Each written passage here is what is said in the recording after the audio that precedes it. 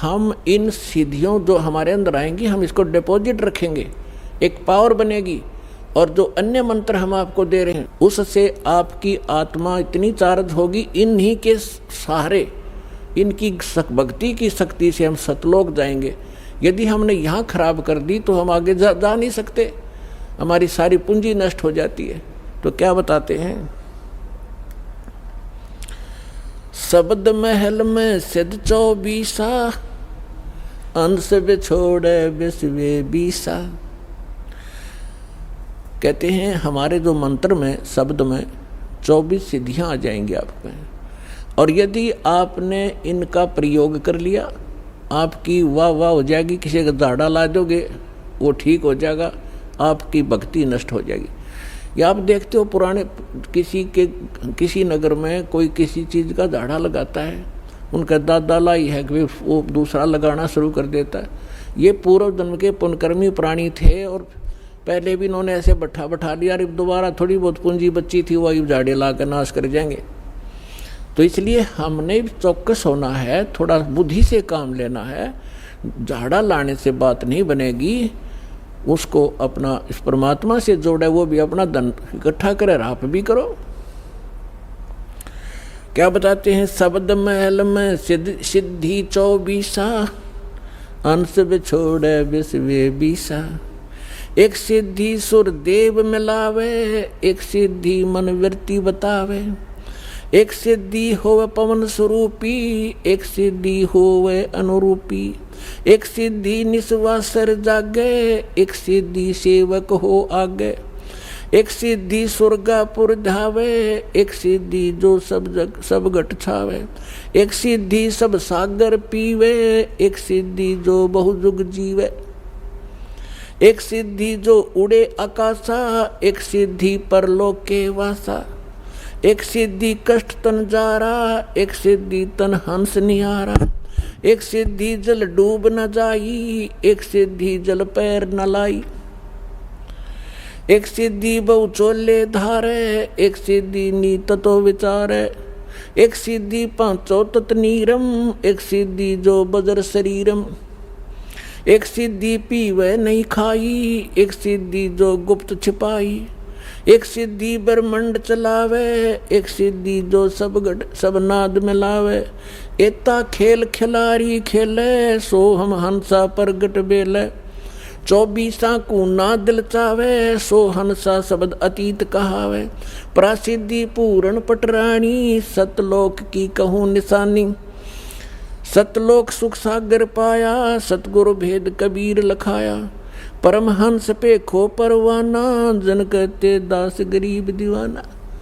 अब आदरणीय गरीबदास साहिब जी गांव छुड़ानी जिला दद्दर वाले, इनको परमेश्वर मिले थे स्वयं आकर के गांव छुड़ानी के जंगल में, खेतों में, जहां ये अपने अन्य सहयोगी साथी ग्वालों के साथ, अन्य पालियों के साथ वहाँ गौ चरा रहे थे। 10 वर्ष के बालक थे और परमात्मा का विधान है जो ऋग्वेद मंडल नंबर 9 सूक्त 86 के मंत्र 26 और 27 में, ऋग्वेद मंडल नंबर 9 सूक्त 82 के मंत्र 1, 2, 3 में, ऋग्वेद मंडल नंबर 9 सूक्त 54 के मंत्र 3 में, ऋग्वेद मंडल नंबर 9 सूक्त 20 मंत्र 1 में, ऋग्वेद मंडल नंबर 9 सूक्त 1 मंत्र 8 और 9 में, ऋग्वेद मंडल नंबर 9 सूक्त 94 के मंत्र 1 में, ऋग्वेद मंडल नंबर 9 सूक्त 95 के मंत्र 2 में, ऋग्वेद मंडल नंबर 9 सूक्त 96 के मंत्र 16 से लेकर 20 में, और भी अनेक स्थानों पर यह स्पष्ट किया है कि परमात्मा ऊपर के लोक में रहता है और वहां से सह शरीर गति करके आता, चल कर आता है। अच्छी आत्माओं को मिलते हैं, उनको तत्व ज्ञान से परिपूर्ण करते हैं, परिचित कराते हैं, और यहाँ वो परमात्मा आकर के कवियों की तरह आचरण करते हैं। अपने मुख कमल से बोल बोल कर वो यथार्थ ज्ञान उच्चारण करते हैं, जिस कारण से वे प्रसिद्ध कवि की भी उपाधि प्राप्त करते हैं। तो पुण्यात्माओं, इसी आधार से वो परमेश्वर इस कलयुग के अंदर गांव छुड़ानी जिला जलंधर हरियाणा प्रांत में आदरणीय गरीबदास साहिब जी उस अच्छी आत्मा, नेक आत्मा, दृढ़ भक्त को मिले, सतलोक लेकर गए और सब ब्रह्मांडों से परिचित कराया। ब्रह्मा विष्णु महेश के लोक दिखाए, धर्मराज का लोक दिखाया, नरक और स्वर्ग दिखाए, देवी देवताओं की सतीथि दिखाई और ये पितृभूतों का लोक, जो पितृलोक, वो दिखाया। फिर काल जहाँ 1 लाख मानव शरीरधारियों को भून कर खाता, वो तपस्या दिखाई। फिर 11वां द्वार पार करके अक्षर पुरुष के लोक में 21 7 ब्रह्मांडों को पार करके फिर भंवर गुफा से होते हुए 12वां द्वार पार करके सतलोक में पहुँचे, जहाँ परमात्मा का निज स्थान है और आप और हम सभी वहाँ रहा करते थे। वहाँ आपके आज भी ज्यों के तो महल बरकरार हैं। आपका बहुत बड़ा स्थान है, हरे भरे वहाँ पर फलदार वृक्ष हैं, सदाबहार वृक्ष हैं और वहाँ किसी चीज़ का भाव नहीं, वहाँ जन्म मृत्यु नहीं होता, वहाँ पर वृद्ध अवस्था नहीं है, वहाँ मृत्यु नहीं है। आपका ज्यों का तो परिवार जुड़ेगा। जैसे अब आपके शरण में, आपके घर पर जितने भी आपके बच्चे जन्म लेंगे वो आपकी पुण्य आत्मा होंगी और आप पहले वहाँ चले जाओगे। इसी प्रकार से वो, इसी साधना से वो भी आपके पास वहाँ पहुँचेंगे और आपका फिर ज्यों का त्यों एक परिवार जुड़ेगा। अपने आत्माओं, जिस लोक में आप रह रहे हो, यो लोक रहने का है। हमारी तत्व इस काल ने घनी भांग प्या रखी है और हम इसी में मस्त, हमने ज़्यादा दिखाइए नहीं देता। अब आपका परिवार है, आपके बच्चे हैं, रिश्तेदार हैं, भाई बहन, पति पत्नी, आपको कितने प्यारे लगते हैं और जो मकान बनाकर आप आराम से रह रहे हो, कितना अच्छा लगता है। और 1 सेकंड में मृत्यु हो जाए तो खा कहिए ये क्या है, आपका है, काया तेरी है नहीं, ये माया कहाँ से हो। परमात्मा कहते शरीर है तेरा नहीं और तू चिपका बैठा प्लाटा गए और कोठी और बंगले गए, फैक्ट्री और इनके, कहाँ मती मारेगी तुम्हारी। क्योंकि ये ज्ञान की कमी के कारण हम यही चिपक गए और वहाँ जाएंगे हम। कभी मृत्यु नहीं, वृद्ध अवस्था नहीं, कोई वृद्ध होना नहीं चाहता और कोई मरना नहीं चाहता। अंतिम सांस तक भी न सोचे, एक सांस हो राजा भगवान, 10 दिन और मिल जाए और फिर भी मृत्यु होगी। तो ऐसे लोक में हम रह रहे हैं। तो ये मृत्यु तो डेफिनेट है, लेकिन इस मृत्यु से पहले जो क्रियाएं दास आपको बताएगा ये कर लेना बस, और फिर मालिक पर छोड़ देना। आप सतलोक चले जाओगे, वहाँ जाने के बाद फिर पुनर्जन्म आपका नहीं होगा। कहते हैं भक्ति बीज होए जो हंसा और तारों ताश के 71 वंशा। 101 पीढ़ी पार होगी आपकी जब सच्चे दिल से लगे रहे आप, क्योंकि आप दृढ़ होगे तो आपके बच्चे दृढ़ होंगे।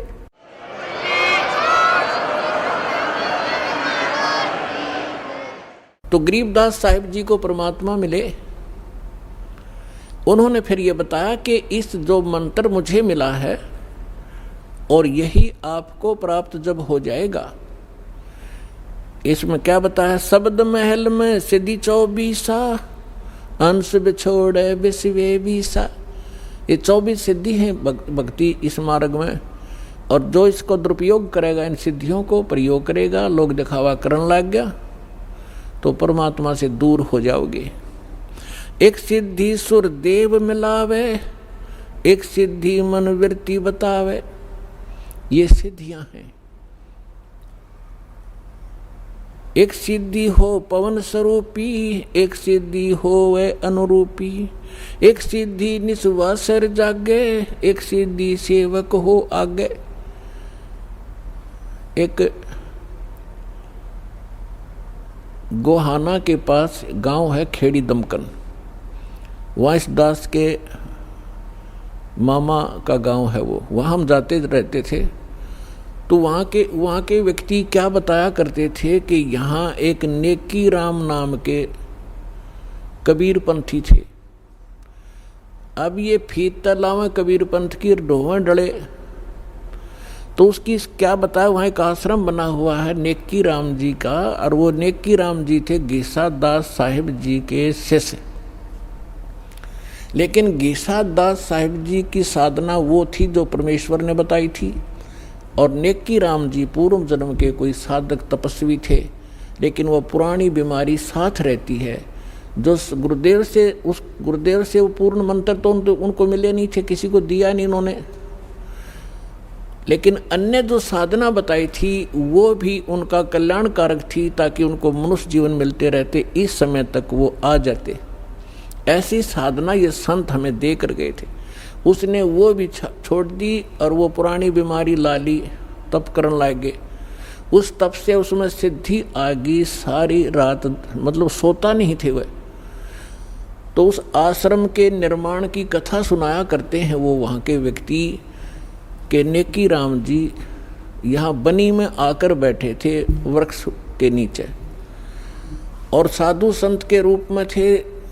गांव वालों ने देखा, एक दिन देखा, 2 दिन देखा, 10 दिन देखा कि भी महात्मा दिन रात जागता है, सोता नहीं है। एक चर्चा का विषय बन गए।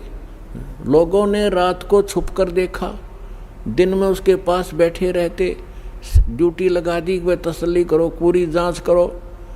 तो उन्होंने 1 महीने तक देखा, वो सोया नहीं। इसी बात से वो महात्मा पाक गया, आश्रम बना दिया और पूजा शुरू होगी। खाकता फिर वो, ये घोड़े सारे दिन रात जागेंगे, मोक्ष हो जाएंगे। तो ये सब बगैर ज्ञान, बिना ज्ञान के हम ऐसे डले ढोरे थे। एक सिद्धि निस्वासर जागे, एक सिद्धि सेवक हो आगे, एक सिद्धि सुरगापुर धावे, एक सिद्धि जो सब गठावे।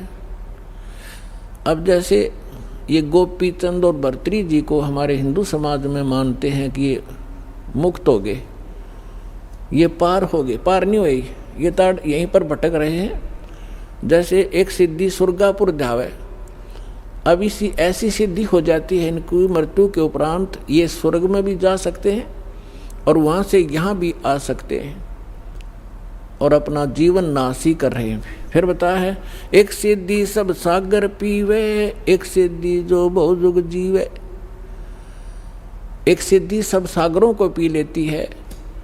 अब जैसे आपको बताया था, अगस्त ऋषि जी ने यही डले डोए थे, एक सिद्धि प्राप्त कर ली के 7 समुद्र पी लिए, फिर हो गया मुक्त।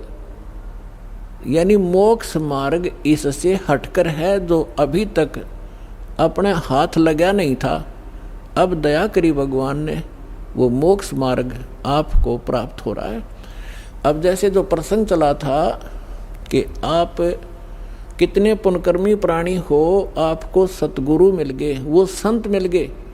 जैसे गीता अध्याय नंबर 7 के श्लोक नंबर 18 के ऊपर वर्णन चल रहा है कि गीता ज्ञानदाता कहता है ये ज्ञानी आत्मा है तो उद्धार, क्योंकि इनका उद्देश्य ये था कि मनुष्य जीवन बार बार नहीं मिलता और मनुष्य जीवन प्राप्त करके परमात्मा प्राप्ति नहीं हुई तो जन्म भी व्यर्थ है। उनको ये भी ज्ञान हो गया कि अन्य उपासना देवी देवताओं की पूजा नहीं करनी, इससे मोक्ष नहीं हो सकता। लेकिन वो मेरे वाली अनुत्तम साधना में, घटिया साधना में ही आश्रित रहे, मेरे वाली घटिया गति में आश्रित रहे। गति कौन सी? स्वर्ग ब्रह्मलोक से, ओम नाम से ब्रह्मलोक प्राप्त होगा, फिर जन्म मृत्यु ज्यों की तो। गीता अध्याय नंबर 7 के श्लोक नंबर 19 में स्पष्ट कर दिया गीता ज्ञानदाता ने कि बहुनाम जन्मानाम अन्ते ज्ञानवान माम प्रपत्ते वासुदेवम सर्वमिति सैमात्मा सुदुर्लभ है। क्या बताना चाहते हैं गीता ज्ञानदाता के बहुत बहुत जन्मों के अंत के जन्म में कोई ज्ञानी व्यक्ति, ज्ञानी आत्मा, बुद्धिमान व्यक्ति ब्रह्म तक की साधना करता है। नहीं तो इन नीचे की साधनाओं में ही कोई भूत प्रेतों की, पितरों की श्राद्धों में उलझ पुलझ, या श्री विष्णु, श्री शिव जी, ब्रह्मा जी, देवी देवताओं की पूजा करता है। बहुनाम जन्मानाम अन्ते ज्ञानवान माम प्रपद्यते। बहुत बहुत जन्मों के अंत के किसी जन्म में ज्ञानी आत्मा मेरी भक्ति करता है। और वासुदेव सर्वमिति सैमात्मा सुदुर्लभ है। ये बताने वाला कि वासुदेव ही सर्व सब कुछ है। सर्वम, सर्वम मीन के वही सर्व पाप नाशक है, वही सर्व सृष्टि रचनहार है, और वही सर्व कष्ट निवारक है, और वही सुखदाता है, वही पूर्ण मोक्ष दाता है। वो वासुदेव है। अब जैसे हम श्री कृष्ण जी को वासुदेव कहा करते, वासुदेव तो उसके पिता का नाम था, और वासुदेव नाम रखा था वेदों से, क्योंकि हमारे जो ब्राह्मण गुरुदेव थे, हमारे हिंदू धर्म के बच्चों का नाम वेदों से ही शुभ छांट कर रखा करते थे। तो वासुदेव उसका पिता था, श्री कृष्ण नहीं थे। वासुदेव का अर्थ होता है जिस परमात्मा की सब जगह उपस्थिति हो, सबके ऊपर जिसका कंट्रोल हो, जो सर्व व्यापक हो। व्यापक मीन जैसे भारत का प्रधानमंत्री जी अपने हिंदुस्तान के सभी राज्यों पर भी उसकी सत्ता है, वो वासुदेव है भारत के अंदर। अब जैसे डिस्ट्रिक्ट के अंदर एक डिप्टी कमिश्नर है, ये वासुदेव नहीं है, केवल एक जिले के अंदर कुछ आंशिक शक्तियां इसके पास हैं। एक मंत्री है वो वासुदेव, यानी पूरे हरियाणा पर, पूरे भारत का के ऊपर व्यापक नहीं है, वो केवल अपने विभाग, एक स्टेट के अंदर अपने विभाग का मालिक है, वो भारत का मालिक नहीं है, वासुदेव नहीं, उसका सब जगह अस्तित्व नहीं है उसका। ऐसे ही मुख्यमंत्री अपने एक राज्य में प्रधान है, मुखिया है, लेकिन वो भारत पर, सब भारत पर व्यापक नहीं है। तो प्रधानमंत्री जो है वो वासुदेव है, और वो सर्व सुखदायी है। यानी जितनी जो शक्तियाँ एक मंत्री, मुख्यमंत्री स्टेट के, या वैसे अन्य मंत्री जो सेंटर के, और जितने भी जो कर्मचारी अधिकारी हैं, उन सब से अधिक वो पावर है उसके पास, और उसी से प्राप्त पावर उसने आगे बांट रखी है, और उसके अंदर सारी पावर है। वो भी काम कर सकता है जो एक पटवारी करता है, एक डीसी कर सकता है, उसके संकेत से 2 मिनट में सब कुछ हो सकता है। तो कहने का भाव ये है कि वासुदेव सर्वमिति। अब स महात्मा सुदुर्लभ है, ये बताने वाला संत कि वो परमात्मा सब कुछ है, ना सरपुरुष से मुक्त, ना अक्षर पुरुष से मुक्ति, ना ब्रह्मा विष्णु महेश्वर इन देवी देवता और आन उपासना से मुक्ति नहीं हो सकती। ये बताने वाला कि वासुदेव ही सर्वम, वो वासुदेव ही सब कुछ है।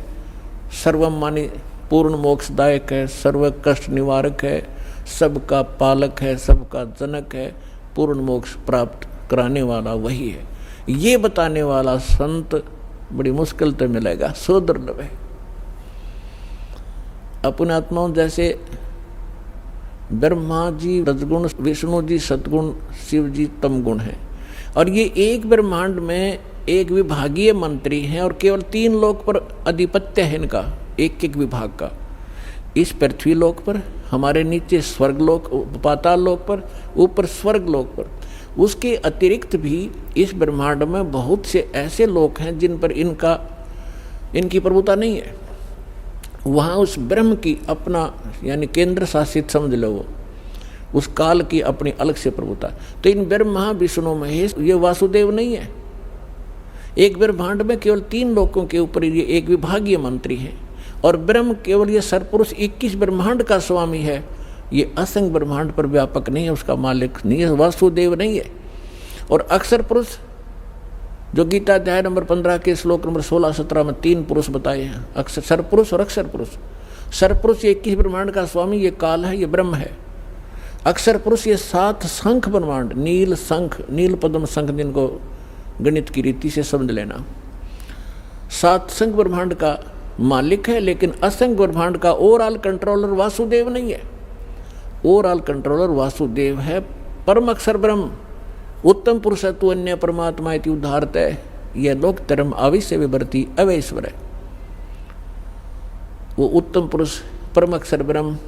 गीता अध्याय नंबर 8 के श्लोक नंबर 1 में अर्जुन ने पूछा कि आपने जो 7वें अध्याय के 29वें श्लोक में कि तत्ब्रह्म की जानकारी दी है कि तत्ब्रह्म को जो व्यक्ति जरा और मरण से छूटने का प्रयत्न कर रहे हैं, जरा माने वृद्धावस्था के दुख से, मरण माने मृत्यु, जरा और मरण से छूटने का जो प्रयत्न करते हैं, ते ब्रह्म तत्विदु, वो उस तत्व ब्रह्म को जानते हैं और सारे अध्यात्म से परिचित हैं, और सभी कर्मों से परिचित प्राणी ही यहाँ की किसी वस्तु की डिमांड नहीं करता, केवल जरा यानी बुढ़ापे के दुख से कि फिर और मरण से छूटने का प्रयत्न करते हैं।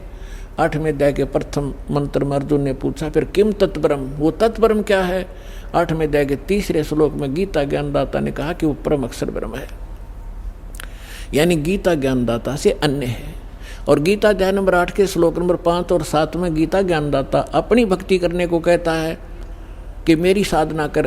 गीता अध्याय नंबर 8 के श्लोक नंबर 13 में वो अपनी भक्ति विधि बताता है। ओम इति एकाक्षरम ब्रह्म विहारण माम अनुस्मरण ये परियाति तजन देहम स याति परमाम गतिम। मेरे सत्र की जो परम गति प्राप्त होगी वो मेरा एक ओ मंत्र है, नथिंग एल्स, मुझ ब्रह्म का। तो 8वें अध्याय के 5 और 7 में तो अपने विषय बताता है कि मेरी भक्ति कर मुझे प्राप्त होगा और युद्ध भी करना पड़ेगा, शांति नाम की चीज़ नहीं। 18वें अध्याय के 62वें श्लोक में कहा कि यदि तूने परम शांति चाहिए और वो सनातन परम धाम चाहिए। 15वें अध्याय के 4थे श्लोक में कहा है कि तत्वदर्शी संत की प्राप्ति के उपरांत परमेश्वर के उस परम पद की खोज करनी चाहिए, जहाँ जाने के बाद साधक फिर लौटकर कभी संसार में नहीं आते।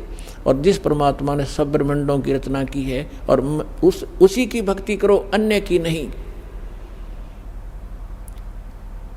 उसकी प्राप्ति करनी है तो उस परमेश्वर की शरण में जाओ। गीता अध्याय नंबर 8 के श्लोक नंबर 7 में स्पष्ट कर दिया उसने कि मेरी भक्ति कर मुझे प्राप्त होगा, लेकिन युद्ध करना पड़ेगा। युद्ध भी कर और मेरा सिमरण भी कर।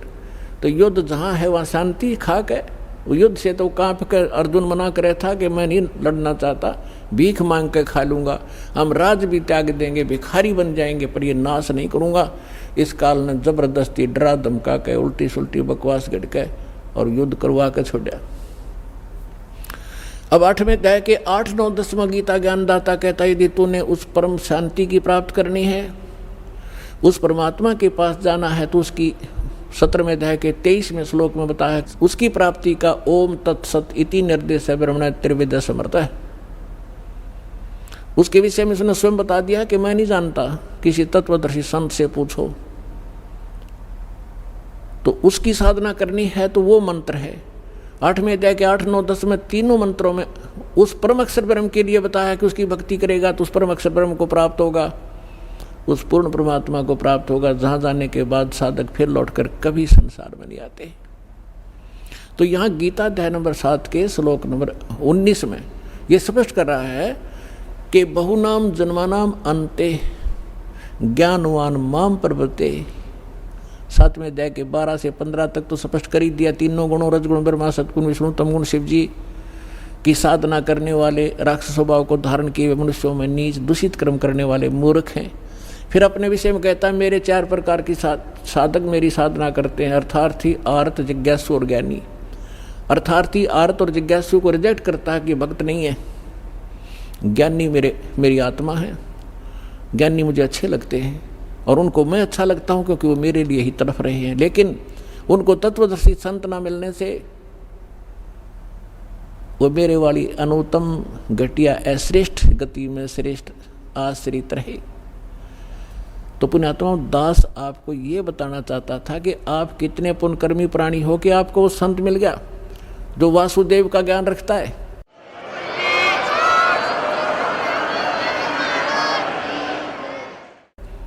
और आप कितने पुण्यकर्मी प्राणी हो ये आपको ज्ञान नहीं, इस दास को पता है। अब जो प्रसंग हम उसी पर आते हैं। अब जैसे एक जिसमें आदरणीय गरीबदास साहिब जी गांव छुरानी जिला दद्दर वाले परमात्मा की प्यारी आत्मा, गांव छुरानी में एक किसान थे, जाट थे और अपना धंधा करा करते खेती बाड़ी का। जैसा भी ऐसी वेशभूषा थी जैसे आम हरियाणा की धोती कुर्ता पहना करते थे, बिल्कुल एक सिंपल किसान जैसे होते हैं। और हमने संत की परिभाषा मान रखी है, दाढ़ी बढ़ा रखी हो, सिर पर बड़ी बड़ी जटा हो, शरीर पर तन पर राख रमा रखी हो कि तो धूणे ला कर बैठा हो, या लाल पीले कपड़े कर रखे हो, या कति मुंडवा रखा हो, 2-4 तलक ला रखे हो, गले में 5-7 माला पैर रखी हो, तो हमने संत की वेशभूषा ऐसी मान रखी थी। और गरीबदास साहिब जी को परमात्मा मिले, सतलोक दिखाया, वो मूल मंत्र दे दिए सारे, वो भक्ति किया करते थे। और परमात्मा ने कहा था कि जो 12वां पंथ गरीबदास का आवेगा उसमें मेरी महिमा की वाणी पुनः प्रकट होंगी। तो गरीबदास जी के द्वारा परमेश्वर ने अपना यथार्थ ज्ञान पुनः प्रकट करवाया, क्योंकि उनको मालूम था कि कबीर सागर के अंदर ये कबीर के 11-12 पंथ कुछ घुसपैठ करेंगे और यथार्थ ज्ञान को कुछ उसमें फेरबदल कर देंगे। तो परमेश्वर ने दोबारा वो ज्ञान कवा दिया और ऐसी जगह सुरक्षित रख दिया। गरीबदास जी द्वारा लिखा हुआ एक ग्रंथ है, और उसके विषय में दास तो गरीबदास पंथ से ही अलग हुआ है। खूब जानकारी थी कि किस सब ने ये बता रखा था कि गरीबदास जी ने जो वाणी लिख रखी है, किसी ने मात्रा भी गलत लिख दी और कोई फेरबदल कर दिया वाणी में, तो उसका बहुत बुरा हाल होगा। एक संत ने लालदास नाम का एक संत, दालदास नाम का एक संत था, उसने गरीबदास जी की वाणी में एक ऐसी, जैसे अपने बच्चों को माता पिता भी गाली दे देते हैं, तो वो उसमें ऐसी कुछ भाषा लिख प्रयोग कर रखी है धमकाने के लिए कि चेतावनी में चूक नहीं और क्या देऊँ गाली, कि कहना था बहुत कुछ कह दिया कि और गाली दूँ तुम्हारे को, इस तरह की और भी कुछ है। तो उसने सोचा कि ये अभद्र से शब्द हैं, इनको निकाल देता हूँ। उसने मूल ग्रंथ हाथ से लिखा जाता था, तो लिख तो पहले रखा था, वो बाद में हुआ था। उसने संशोधन करना चाहा, उसको पैरालिसिस हो गया, और उसने सब जगह बता दिया कि भाई इस ग्रंथ की किसी भी वाणी को छेड़ना मत, मेरी दुर्दशा इसी कारण से हुई है। और छुड़ानी के अंदर उसकी एक अलग से मकान भी बना हुआ, दयालदास कोठी बोलने उसने। तो उस परमात्मा ने ऐसा झटका दिया कि गरीबदास के पंथ में इस ग्रंथ साहब में किसी ने 250 वर्ष हो गए, किसी ने मात्रा भी गलत नहीं की, जो आज अपने पास सुरक्षित है। तो गरीबदास साहिब जी ने वाणी लिखवा दी थी। एक गोपाल दास नाम के दादूपंथी संत थे, बने हुए थे, उन्होंने ये लिखा था, ग्रंथ साहब तैयार हाथ से लिख दिया था। और उसी में से कुछ अंश निकाल कर, जैसे जपजी साहब बना रखा है गुरु ग्रंथ साहिब से, और गीता जी का कोई नित्य निकाल लेते हैं, 5-4 श्लोक रोज कर लेते हैं। ऐसे ही गरीबदास जी की वाणी से ब्रह्मवेदी वगैरह, ये जैसे हम आपको नित्यनेम के लिए देते हैं भक्ति बोध के माध्यम से, ऐसे वो गरीबदास जी के शिष्य जो थे वो ऐसे जाप किया करते थे, नित्यनेम ऐसे ही करते थे सुबह सुबह। तो वो लुधियाना के पास एक गांव है वासियर, उस वासियर गांव में बाहर बैठ कर कोई सफ़र कर रहा था, कहीं जा रहा था आगे, पहले पैदल चला करते थे। तो उसने एक तालाब देखा, तालाब के ऊपर नहा के और बैठ के वहाँ उसके किनारे और अपना नित्यनेम करने लग गया, जैसे आप डेली करते हो सुबह सुबह का। उसमें ब्रह्मवेदी पढ़ रहा था वो, ऊंचे स्वर में, रात की शांत सुबह सुबह वक़्त से बहुत अच्छी सुंदर दूर तक मधुर आवाज़ से पढ़ रहा था। और परमात्मा की वाणी तो आत्मा को खींचती है। एक राम राय नाम का सरदार जी था, और वो संतों की वाणी के बड़े दीवाने होते हैं। उसने देखा कि प्यारी प्यारी वाणी, संत की वाणी कहाँ से उच्चारित हो रही है। वो धीरे धीरे वहीं पहुँच गया। जब उसने अपना नित्यनेम कर लिया तो उससे पूछा कि भक्त, ये ऐसी प्यारी वाणी किसकी है। उस भक्त ने बताया कि मेरे पूज्य गुरुदेव जी श्री संत गरीबदास महाराज जी की है। तो उसने राम राय जी ने पूछा सरदार जी ने कि भाई ये संत अब चोले में हैं या चोला छोड़ गए, शरीर छोड़ गए। भक्त ने बताया जी विद्यमान है, और गांव छुड़ानी में ऐसे ऐसे गरीबदास महाराज के नाम से छोटा सा गांव है, किसी ने पूछ लेना। उसे लेकर एड्रेस कहाँ कहाँ से जाना होता चल पड़ा। अब उसने गरीबदास महाराज सुना था, उसने सोचा महाराज की परिभाषा वो जैसा मानते हम, इस जटा हो, लटा हो, बड़े बड़े कानों मुद्रा हो, चमटा हो, लाल पीले कपड़े हो, इस तरह सोच कर चल पड़ा। अब सुबह सुबह गांव छुड़ानी पहुंच गया। गरीबदास जी अपने खेतों में गए हुए थे, पशुओं का चारा ले आते थे, घूमने भी जाते थे। और उधर से दिन के समय आसपास के जो उनके शिष्य थे 2-4 गांव से, वो आ जाते थे। 10-5 भक्त वहाँ भी बैठ जाते थे, उनका इंतजार करते थे। तो तो उस समय वो भक्त इंतजार कर रहे थे। गरीबदास जी गांव खेतों में गए हुए थे सैर सपट्टे को सुबह सुबह। और गरीबदास जी के विषय में ऐसा था, वो आ जाते तो घंटे आध घंटे में आ जा, नहीं तो शाम तक भी ना आते। कई बार ऐसे मस्त अपने बैठ जाते खेतों में, भजन करते रहते या अपने खेतों में काम करने लग जाते थे।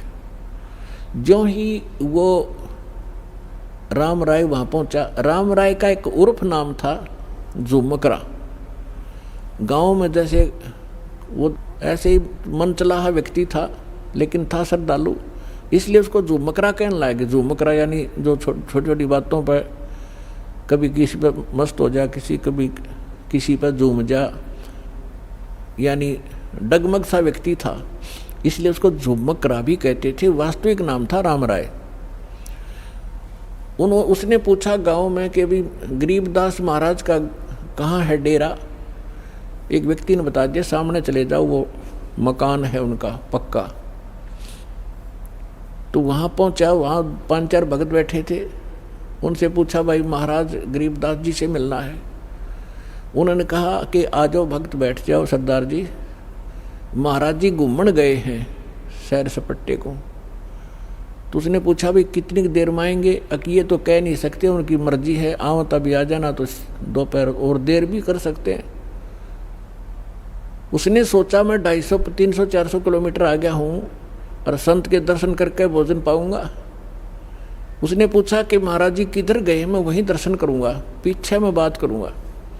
उन्होंने बता दिया, सीधे चले जाओ, रास्ता है, आगे एक नहर पाओगी, आगे एक सीधा रास्ता जाएगा और आगे एक झोपड़ी है रास्ते के ऊपर ही, वहाँ उनका अरहट है अपना खेतों में पानी चलाने का, और वहाँ मिल सकते हैं।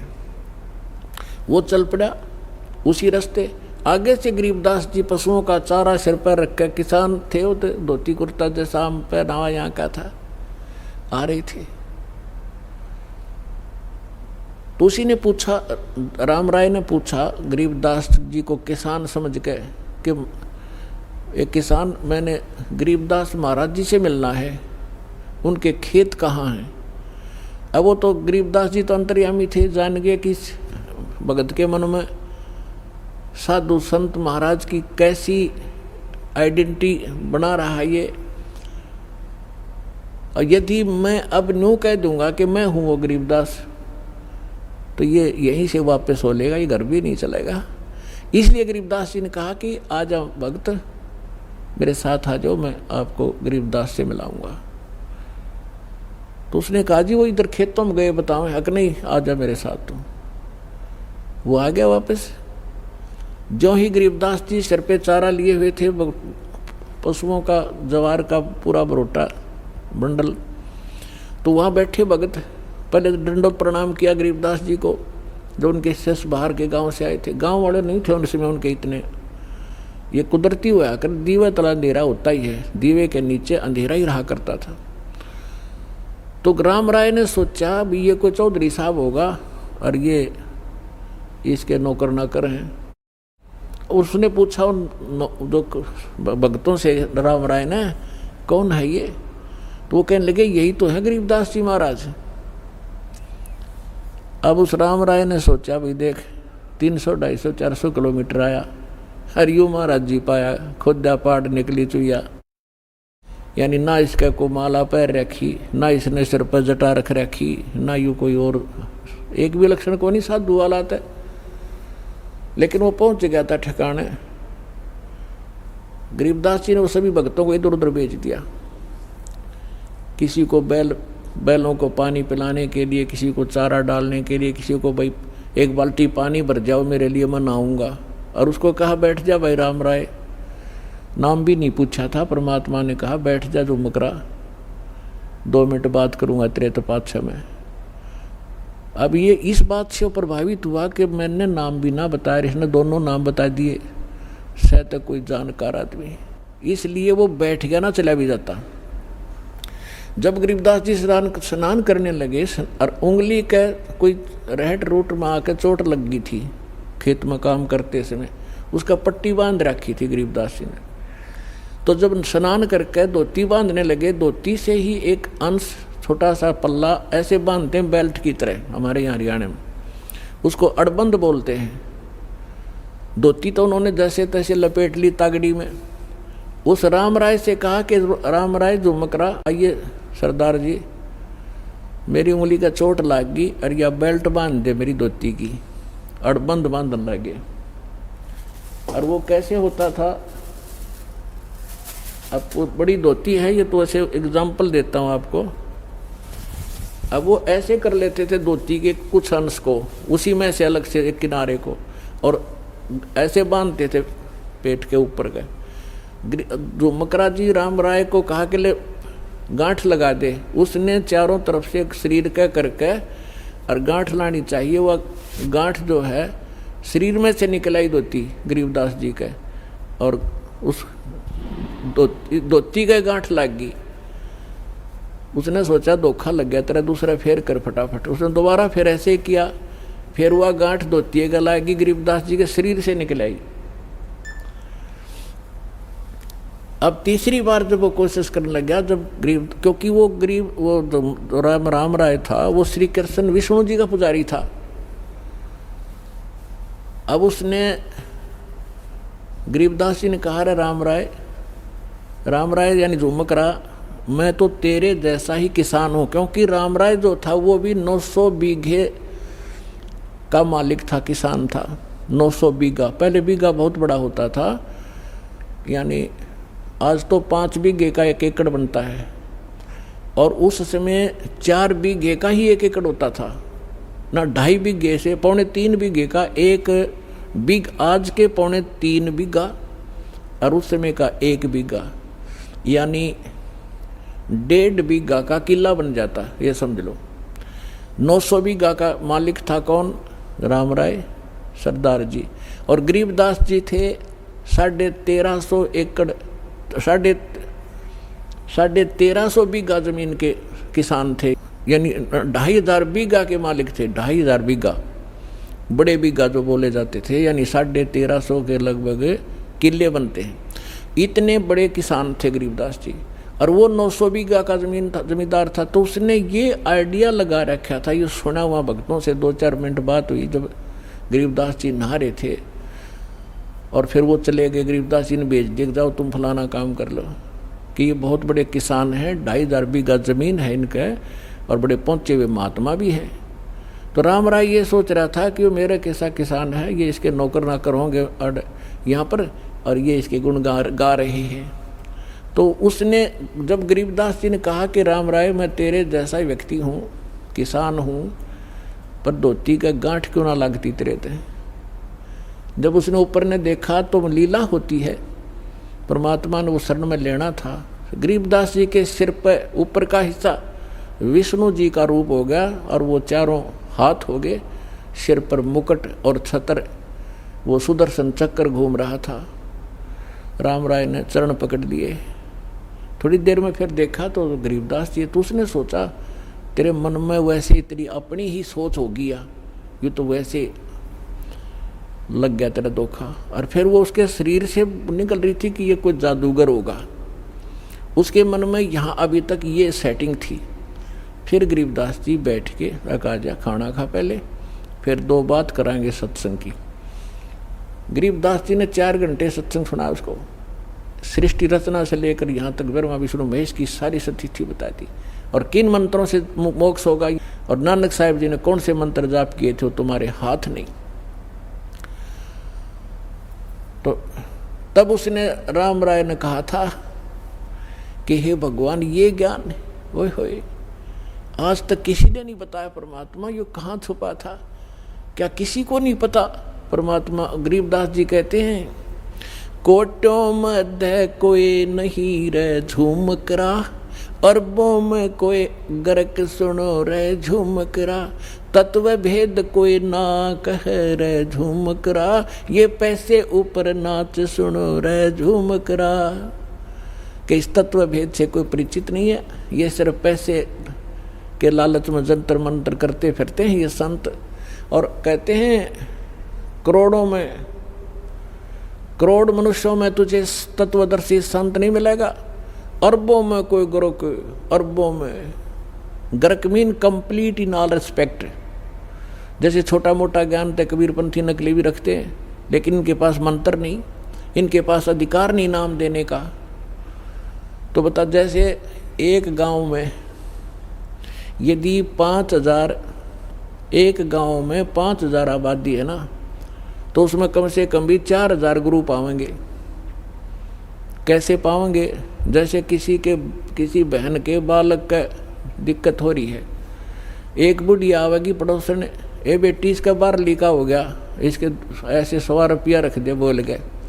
दूसरी आओगी भीतर लीका बतावेगी, चौथी बतावेगी वही कमोई का बता देगी, इसका फलानी कर दे, कोई कहेगी चौराहे की माटी ला के इसके ऊपर गए फेंक दे। यानी ये सारे गुरु जैसे कर्म करते हैं, लेकिन कख नहीं पता।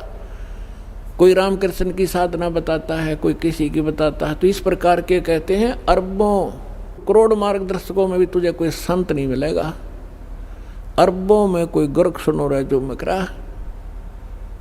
तो इसी प्रकार गीता अध्याय नंबर 7 के श्लोक नंबर 19 में कहा है कि बहु नाम जन्मानाम अन्ते ज्ञानवान माम प्रपद्यते, और वासुदेव सर्वमिति स महात्मा सुदुर्लभ है। तो पुण्यात्माओं, ये दास है वो महात्मा, और वो अरबों में एक ये दास है।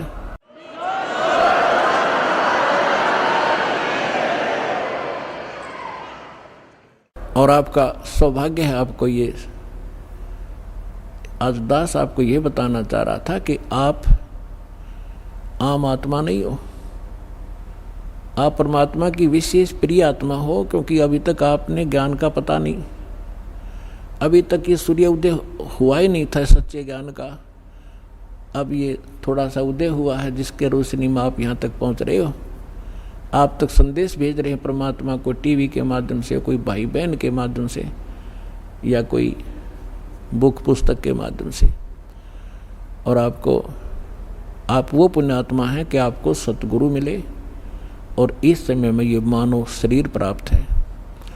तो अब आपको कुछ भक्तों के अनुभव सुनाते हैं, उसको सुने। नमस्कार सर। नमस्कार जी। क्या शुभ नाम है जी आप जी का? मेरा जी रणजीत दास है जी। सर कहाँ से आए आप? मैं गांव बहालगढ़, जिला सोनीपत से आया हूँ जी। सर संत रामपाल जी महाराज की शरण में आने से पहले आप कौन सी भक्ति करते थे? मैं संत रामपाल जी महाराज की शरण में आने से पहले माता शेरावाली के व्रत भी करता था, और जो है हनुमान जी के भी व्रत किए, और अमरनाथ बाबा पे भी गया, और वैष्णो देवी भी गया, कई बार गया वैष्णो देवी तो मैं। और हरिद्वार से जो है वो कावड़ भी लेके आया मैं तीन बार शंकर भगवान की। और ये तो सर जब आप माता जी के व्रत करते थे, हनुमान जी के व्रत करते थे, आप वैष्णो देवी भी गए, अमरनाथ की यात्रा भी आपने की, और आप हरिद्वार से कावड़ भी लेके आए, तो उस सब एक्सरसाइज का आपको क्या लाभ मिला? मुझे तो कोई ऐसा कुछ खास लाभ उसमें दिखाई नहीं दिया जी। बस वैसे ही जैसे घूमना फिरना सा हो गया, ऐसे ही घूमते फिरते थे, और तो कोई ऐसी कोई बात नहीं मुझे नज़र आई। वहाँ पे जो अमरनाथ बाबा पे गया तो वहाँ पे वो उन्होंने जो है ना गुफा के अंदर ही वो बर्फ़ पिघल के आती है, उसी को छटाई करके और उसी में पत्ते वत्ते लगा के उसको रोक देते हैं, और अपना जो है ना मूर्ख बना रखा है दुनिया को भाई वहाँ पर अमरनाथ पे शंकर भगवान जी बैठे हैं। ऐसा तो कुछ मुझे दिखाई नहीं दिया वहाँ पे। बल्कि जिस दिन जत्था छोड़ा गया था उससे 2 दिन पहले हम वहाँ पे गए थे, खूब आराम से हमने बर्फ़ के पहाड़ थे उन पे जो है ना घूमते हुए देखा, वहाँ पे ऐसा कुछ नहीं दिखाई दिया। तो क्या उम्मीद लेके गए थे आप, क्या मकसद था आपका उधर जाने का? मकसद यही था कि भाई अमरनाथ बाबा पे जाएंगे और हमें जो है ना मुँह मांगी जो है अपनी ख्वाहिशें वो मिलेंगी और भगवान के दर्शन होंगे। ऐसा तो हमें कुछ वहाँ पर मिला नहीं। तो सर परम संत सतगुरु रामपाल जी महाराज की शरण में आप कैसे आए? मैं सतगुरु रामपाल जी महाराज की शरण में आने से पहले बहुत ही नीच वृत्ति का आदमी था, जो कि मैं दारू बहुत पीता था, और मांस तो एक दिन में एक ट्रे तो अंडे खा जाता था मैं, और मछली और मुर्गे बकरे मैंने कुछ नहीं छोड़ा। और जो है परमात्मा की शरण में आने से पहले हमारे साथ में जो है ना दूसरी गली में भक्त रहते हैं, परमात्मा के जो हैं उनके साथ जो है मैं क्रोधा कांड होने से कुछ दिनों बाद जो है उनके मैं उल्टे सीधे वर्ड भी बोलता था उनको। बहुत ज़्यादा परमात्मा से माफ़ी मांगता हूँ कि मैंने जो है मालिक से कुछ बातें ऐसी कह दी थी जो आज तक मेरे दिल में चुभ रही हैं कि आप तो जो है भगवान मानने बैठे हो कि आप इंसान को। तो बस इसी प्रकार जो है उनको जो है अच्छी बुरी कहता रहा, लेकिन वो बेचारे ऐसे थे कि कभी भी उन्होंने मेरी बात का बुरा नहीं माना और वो हाथ जोड़ के ये कहते थे भाई साहब आपको पता नहीं है इसलिए आप हमारे को जो कह रहे हो वो ठीक है, आप अनजान पड़े में कह रहे हो, हम आपको कुछ नहीं कह सकते, वो तो परमात्मा ही जानेंगे जो कुछ करेंगे। चलो भाई ठीक है। तो फिर हम जो है जो गुरुजी 2008 में वहाँ से आए तो वो बोले भाई आप जो है ना हमारा गुरुजियों के यहाँ ले जाके दर्शन करा लो, आपकी गाड़ी में तेल पानी डलवा देंगे। तो मैं चलो भाई ठीक है। तो उनके सहारे जो है ना मैं यहाँ तक आया और आया था यहाँ पे दूसरे विचारों से कि वहाँ पे तो ऐसा होता है ऐसा होता है, सुनी सुनाई बातों पे जैसा लोगों ने उड़ाया था। अब हमें तो पता नहीं था कि भाई हकीकत में परमात्मा आए बैठे हैं। जब मालिक की शरण में यहाँ आए तो मालिक ने हमारे पे बड़ी मेहर बख्शी परमात्मा की चलती। तो फिर मैंने सोचा था कि भाई चलो नाम दीक्षा भी लेके देखो गुरुजी क्या नाम दीक्षा देते हैं, दर्शन भी हो जाएंगे इस बहाने। मैं पहले जो है धन सतगुरु वाले के यहाँ पे भी गया, राधा स्वामी वाले के यहाँ पे भी गया, तो उनके भी नाम देखे मैंने क्या देते थे, लेकिन उनमें और इन गुरुजियों के नाम में तो ज़मीन आसमान का फ़र्क मिला हमें। तो बस उस दिन के बाद में मैं परमात्मा की शरण में आशीर्वाद होने से ही उसी दिन से ही मेरी दारू छूट गई।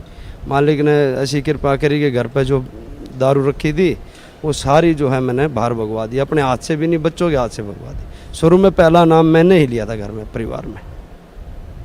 तो सर जैसे आप राधा स्वामी के वहाँ भी गए और दंदन सतगुरु के वहाँ भी गए, तो क्या नाम उपदेश देते थे वहाँ पे? दंदन सतगुरु वाले ने जो दिया था नाम वो दिया था सतपुरुष अकाल मूर्त सब स्वरूपी राम। अब वो तो उसका तो कोई अर्थ ही नहीं निकलता, वो तो एक मन गढ़ंत कहानियाँ ऐसी लगती हैं जैसे कि भाई किसी की प्रशंसा कर रहे हो किसी का नाम लेके ऐसा। लेकिन जो मंत्र मालिक ने हमें दिए उसका तो एक अंदर से हृदय से ही कुछ अलग ही उभार होया और मालिक ने बड़ी मौज करी हमारे ऊपर। मालिक तो सर संत रामपाल जी महाराज से नाम उपदेश लेने के बाद आपको क्या लाभ मिला? संत रामपाल जी महाराज से नाम दीक्षा लेने के बाद तो जो लाभ मिले मुझे उसकी व्याख्या ही नहीं हो सकती। कि 5 साल हो गए मुझे आज मालिक की शरण में। मालिक ने मेरे पे वो मेहर बख्शी है जिसका कि मैं अब कहने लगूँ तो सुबह निकल जाएगी। तो क्या हुआ कि शुरू में जब परमात्मा से नाम दीक्षा ली तो 3 महीने ही हुए थे, मैंने अकेला ही नाम ले रखा था। तो मेरा जो लड़का है वो 5 साल का था, उसको जो है बड़ा ज़बरदस्त दौरा पड़ा और वो चक्कर खा के गिर गया और उसके हाथ पैर ऐंठने शुरू हो गए और उससे जो है ना झाग आने लगे मुंह से। हमने जो उसको तुरंत उठाया और वहाँ पे एडमिट कराया सोनीपत मित्तल नर्सिंग होम में। उन्होंने रात के 9 बज रहे थे तो उन्होंने कहा भाई CT स्कैन होगा अभी इसका रंगीन। उन्होंने CT स्कैन कराया। CT स्कैन में 5,000 रुपये हमारे रात को ही लगे। तो मैंने गुरुजी से प्रार्थना करवाई उस टाइम पे। मैं कहा गुरुजी ऐसे ऐसे बात होगी। तो गुरुजी ने कहा कि भाई आप जो है ना सवेरे इसको यहाँ लिया और नाम दीक्षा दिला दो, आप लड़के को कुछ नहीं होगा। परमात्मा की ऐसी कृपा हुई, हम तो सवेरे उठा के गाड़ी और सीधे बरवाड़ा चले आए। बरवाड़ा आने के बाद में मालिक ने जो है ना अंदर बुलाए और परमात्मा ने जो है ना उस पर सिर पर हाथ रखा और नाम दीक्षा दिलाई। वो तो 5 साल हो गए जी, आज तक तो हमारे लड़के को किसी भी प्रकार की कोई दिक्कत नहीं आई। वो लड़का अभी भी यहीं पे है। वैसी बात नहीं कि भाई को झूठ हो, और मैं झूठ बोलता हूँ तो मेरे यहाँ जाके तहकीकात कर ली जाए किसी प्रकार की। तो सर भगत समाज को क्या संदेश देना चाहते हैं आप? भगत समाज को यही कहूँगा कि भाई आप जो है ना ये मालिक आए हुए हैं, परमात्मा आए हुए हैं और शरण ग्रहण करो। मेरे जो है ना एक बार क्या हुआ कि 10 लाख रुपए में आग लग गई। हम रजिस्ट्री कराने के लिए जा रहे थे प्लाट की। तो जैसे दंडवत करने के लिए मैंने वो वहाँ पे जोत के उसमें जहाँ जोत लगती है हमारे दरबार में, वहाँ पे मैंने रख के वो पॉलीथीन और दंडवत प्रणाम करने के लिए जैसे लेटा उठा तो देख रहा हूँ उसमें आग लगी हुई है और धूं धूं करके वो सारे जो है जलने लग रहा है। तो मैंने बड़ा हृदय एकदम से कप आया और जो है बाहर जो गाड़ी में हमारी सिस्टर जिसके नाम मैंने वो कराना था प्लाट, वो बैठी हुई थी और मेरे जीजा जी बैठे हुए थे, लंबरदार बैठा था, जो हम जा रहे थे रजिस्ट्री कराने के लिए। अब एकदम से जैसे आग लगी देखी तो मेरा दिल जो है ना एकदम से हड़बड़ा गया कि भाई ये तो नुकसान हो गया, अब कैसे रजिस्ट्री कराएंगे। तो परमात्मा की ऐसी कृपा हुई कि मैंने जैसे उसमें हाथ हूथ मारे, डर भय इतना हो गया था कि भाई अब कैसे क्या होगा। मालिक की ऐसी मौज हुई कि उसमें जो है ना सारी नोटों की गड्डियों पे सील्ड हो गए, वो जैसे सील कर दिए, और मालिक की दया से एक भी नोट का कोना तक भी नहीं चढ़ा हमारा। और जो है उसी दिन रजिस्ट्री होगी, जबकि हम 3-4 बार जा चुके थे, हमारी रजिस्ट्री बंद थी। और जो है परमात्मा ऐसी कृपा हुई, रजिस्ट्री भी होगी और जो है उसमें 40,000 रुपये भी बढ़ गए, जबकि पैसे भी कम पड़ रहे थे। हम डर रहे थे कि भाई ऐसा ना हो कि भाई आगे पैसे कम पड़ जाए और अगला मना कर दे कि भाई रजिस्ट्री नहीं होगी। तो परमात्मा की ऐसी कृपा हुई कि भाई जो है वो रजिस्ट्री भी होगी। और मालिक ने जो है मेरे सिर, जब मैं यहाँ पर आया था तो 9 लाख रुपए मेरे सिर थे, जो कि मैंने ब्याज मंटे पे या उधारे कुछ ले रखे थे। 9 लाख रुपए मेरे सिर थे। मालिक की कृपा से 2 साल नहीं हुए थे मेरे नाम लिए, तो मेरे पास मालिक ने ऐसी मेहर बख्श दी कि वो आज जो है पता ही नहीं कि कहाँ कहाँ कितना पैसा पड़ा हुआ, मेरी स्वयं कितनी उधार पड़ी हुई है कुछ नहीं पता। मैं जो है एक बात और कहना चाहता हूँ कि भाई जैसे 2006 में जो कांड होया था, क्रोथा कांड, वो क्रोथा कांड मैं भी सत्य मानता था, क्योंकि उस टाइम देखा नहीं था, ना कभी मैं क्रोथा में गया था। तो अब की बार तो मैंने अपनी आंखों से देखा है कि भी जो वहाँ पे जैसे वहाँ पे वो उपद्रवी जो है हमारे आश्रम से 2 किलोमीटर दूरी पे पुलिस वालों के साथ भिड़ रहे थे, और हम जो है अपना आश्रम में बैठे हुए थे, अपना परमात्मा की भक्ति कर रहे थे, सत्संग सुन रहे थे, और अपना जो है सही सलामत अपना मालिक की शरण में अपना बैठे थे। और वो वहाँ पे जो है गोली चला रहे, लठ बजा रहे, मरन लग रहे, मारन लग रहे। अब अपनी आंखों से देख के मुझे तब विश्वास होया कि भाई ये तो जो 2006 का जो था ये कर्म कराया और था, ये बिल्कुल कति झूठा था। पहले तो ना भी मानते, लेकिन अब तो अपनी आंखों से देख लिया कि भाई ये सत्य के आरोप। फिर उन्होंने जो है वो प्रमिला नाम की जो है एक लेडीज़ थी, वो मरी, पुलिस की गोली से मरी। और उसमें जो है ना अगले दिन फारा दर्ज हो रही है कि भाई संत रामपाल जी महाराज के आश्रम से चली हुई गोली से वो प्रमिला मरी।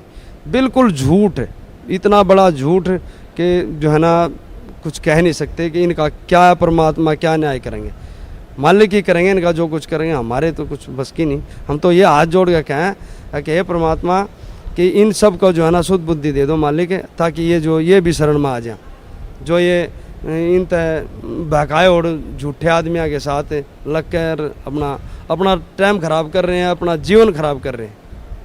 ये जो है जैसे बलदेव है, ये बलदेव की 2006 के बाद में टांग कटी, एक्सीडेंट होया, इसको फिर भी नहीं समझ में आई तू क्या कर रहा है।